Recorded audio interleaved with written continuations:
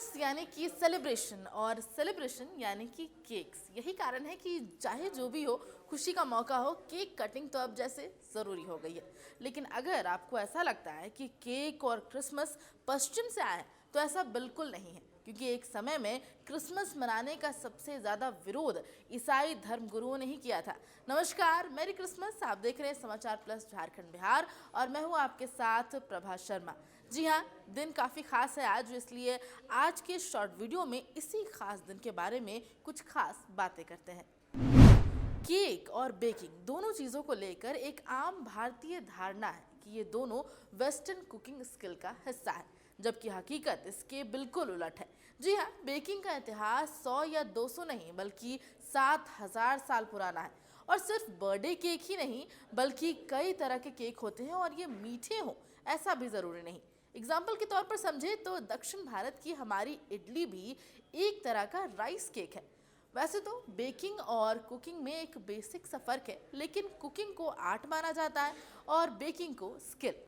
Bake करने की इस परंपरा की शुरुआत लगभग 7000 साल पहले हुई थी।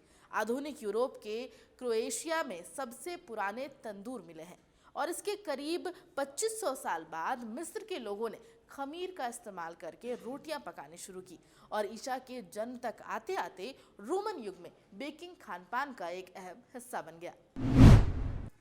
और इन सभी परंपराओं में खास बात ये थी कि बेकिंग का इस्तेमाल प्रसाद बनाने में होता था।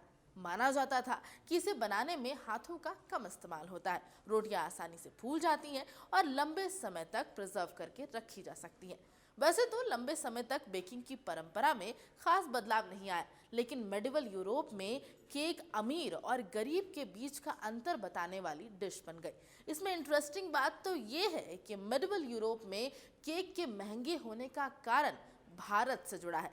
जी हाँ, भारत से आए केसर, दालचीनी और सौंठ जैसे मसाले बेहद महंगे थे और चीनी की पहुंच सिर्फ शाही परिवार से जुड़े लोगों तक थी। और लकड़ी से चलने वाले तंदूर सिर्फ अमीरों के घर में होते थे।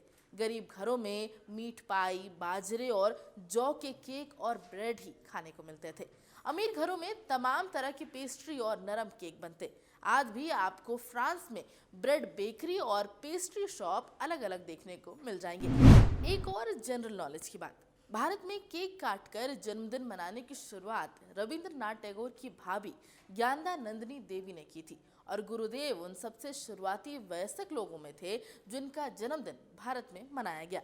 बर्थडे केक पर आइसिंग का भी एक अलग ट्रेंड है जो कि लोगों को पसंद भी आता है, लेकिन बता दूं कि फर्स्ट वर्ल्ड वॉर के पहले तक केक को सजाने के लिए धनिया पत्ता से हरी और चुकंदर से लाल रंग की आइसिंग बनाई जाती थी। अब इसका स्वाद कैसा रहता होगा, आप इसे इमेजिन कर सकते हैं। बर्थडे केक की बात तो हो गई, अब क्रिसमस केक पर आते हैं। पहले क्रिसमस के इतिहास की बात करें तो प्योरिस्ट और प्रोटेस्टेंट्स ईसाई मानते थे कि धार्मिक व्यक्ति को किसी तरह का उत्सव नहीं मनाना चाहिए और जश्न मनाना पाप है। इसीलिए 1640 के दशक में ब्रिटेन से एक आदेश पारित किया गया कि क्रिसमस पर रोक लगनी चाहिए। इसका असर अमेरिका समेत उन सभी देशों पर पड़ा जो उस समय ब्रिटेन के कॉलोनीज थे।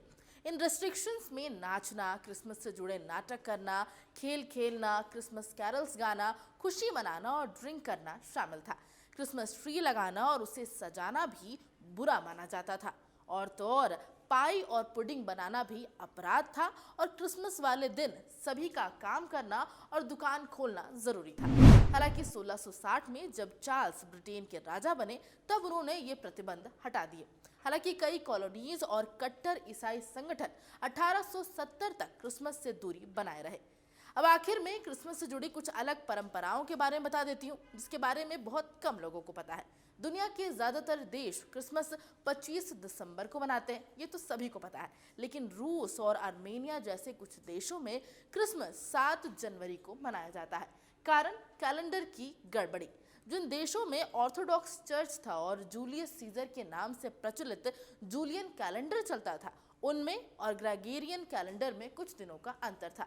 अब दुनिया में ग्रेगोरियन कैलेंडर ही चलता है, तो इन देशों की माने तो वास्तविक रूप से 7 जनवरी ही ईसा मसीह का सही जन्मदिन है। मेरे साथ इस शॉर्ट वीडियो में बस इतना ही। एक बार फिर से आप सभी को क्रिसमस की बहुत बहुत शुभकामनाएं। मेरी क्रिसमस।